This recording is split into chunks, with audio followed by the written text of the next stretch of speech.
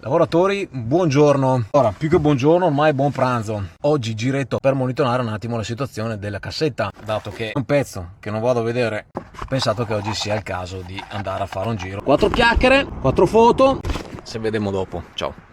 Allora, dicevamo settembre è arrivato. Se vi ricordate, a settembre avevamo detto che andavamo a rimuovere la cassetta, ma si sono aggiunti altre persone al progetto che hanno piantato le loro cassette e quindi questo progetto non ha fine. Piccola indicazione per chi ci scrive ogni volta: vorrei metterne una nel mio comune. Non è quanto metterla, perché metterla non è niente, è fare le ronde, monitorare, ma soprattutto archiviare. Mi taccio perché la salita è lunga.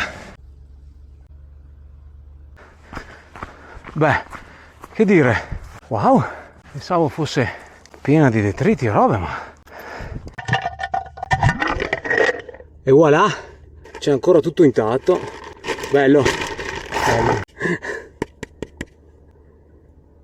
Bravo. Detto questo, good day, good trip, ce l'abbiamo. Allora, buona pedalata a tutti. Sono queste cose che rendono la vita meravigliosa.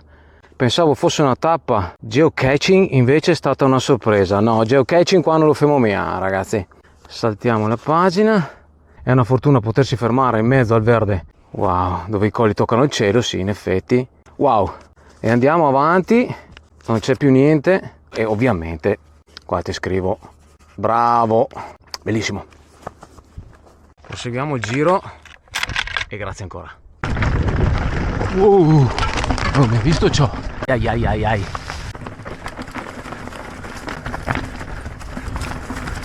Vediamo qua, ma manco se passa qua.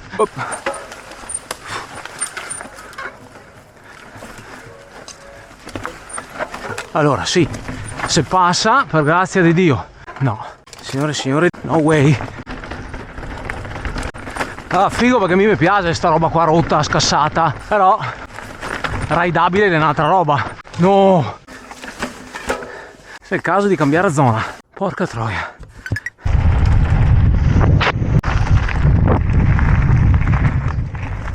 Allora ragazzi, che dire? Beh, giretto in pausa pranzo, fantastico. Situazione dei trail un po' devastata. Detto questo, io vi ringrazio per essere sempre super presenti al Diario dei Boschi. Mi fa un sacco piacere. Che dire? Perdete e polate e state fuori. Buona settimana.